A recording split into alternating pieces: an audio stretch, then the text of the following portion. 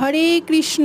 আজকে রসমালাইয়ের recipe share করব। খুব সামান্য উপকরণ দিয়েই দোকানের মতো ঘরে রসমালাই তৈরি করা রেসিপিটি শেয়ার করছি।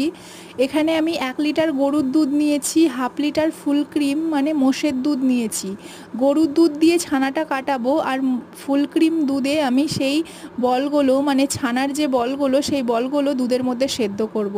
তো এখানে গরুর দুধটা প্রথমে একটা পাত্রের মধ্যে ঢেলে নেব।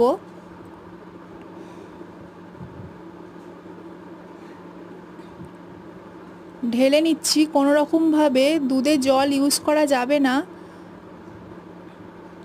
গ্যাস অন করে আমি এখানে দুধটাকে জাল দিতে বসিয়ে দেব। দুধটা গরম হচ্ছে ততক্ষণ একটা ছোট বাটির মধ্যে এই ছোট চামচে ভিনিগার নিয়ে নেব। 3 চামচের মতো ভিনিগার আমি ইউজ করেছি 1 লিটার দুধে।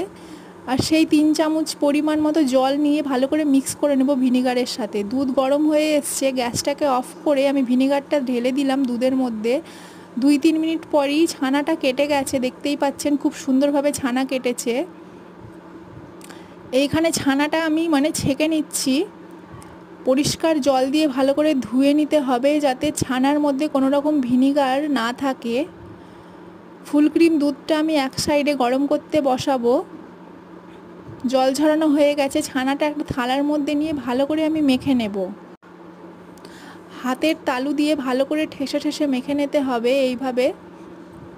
বেশি জোর দিলে চলবে না, হালকা হাতে।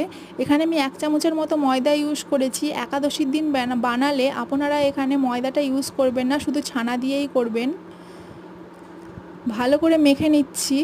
মাখা হয়ে গেছে, এবার ছোট ছোট বলের আকার তৈরি করব। দেখতেই পাচ্ছেন এখানে আমি বলের আকারের মতো তৈরি করে নিয়েছি।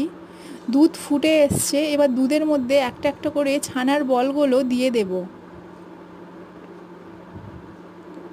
10 থেকে 15 মিনিট ফুটানোর পর যখন ছানার বলগুলো সেদ্ধ হয়ে যাবে তখন ওপরে ভেসে উঠবে। দেখতেই পাচ্ছেন এখানে ছানার বলগুলো সেদ্ধ হয়ে গেছে, ওপরে ভেসে উঠেছে। খুব সুন্দরভাবে রসমালাইটা এখানে তৈরি হয়েছে। দেখতেই পাচ্ছেন বলগুলো বড় বড়ভাবে ফুলে গেছে, বড় হয়ে গেছে। এখানে ছোট বাটির 1 বাটির মতো মিষ্টি আমি ইউজ করেছি, আপনারা চিনিও ইউজ করতে পারবেন। রেডি হয়ে গেছে রসমালাই। নামানোর আগে আমি একটু এলাচের গুঁড়ো দিয়ে দিয়েছি, আপনারা নাও দিতে পারেন।